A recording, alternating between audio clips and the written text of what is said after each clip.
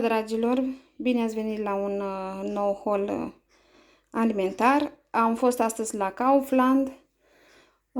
E ofertă, bine, sunt mai multe oferte la Kaufland. Tot ce vedeți aici este la 1 euro pe bucată. Și am luat așa 2 pungi de chipsuri cu sare, după care avea Lion așa cu cocos.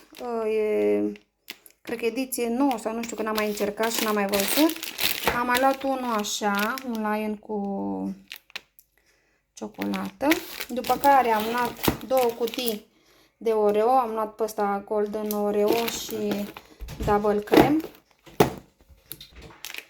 Am mai luat și un Kit Kat.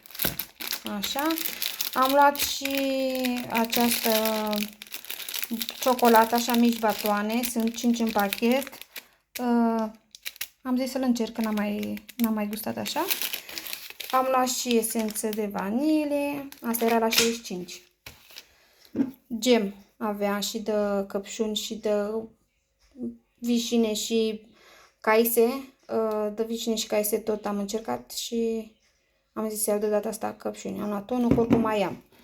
Conservă de pește în sos tomat. Am luat 2. Almete am luat 3, 1 cu ceapă și 2 natura așa.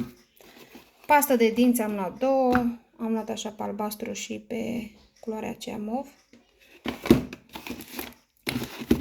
Aceste baghete, astea erau la preț normal de 1,39 și am luat 2 așa a la Provence.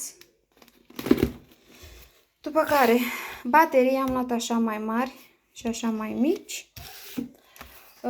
Bureții ăștia n-au fost la ofertă, ăștia au fost la preț normal de 1,60 euro. Mi-au plăcut culorile. Da, am unii, dar sunt mici și mă chinui cu ei. Și ultimul produs, am luat acest Iced Tea cu pepene, ediție limitată și da, am zis să le iau să-l încerc, că nici de asta n-am mai încercat. Și astea sunt produsele cumpărate astăzi la ofertă la Kaufland. Ne auzim la următorul vlog. Pa, pa!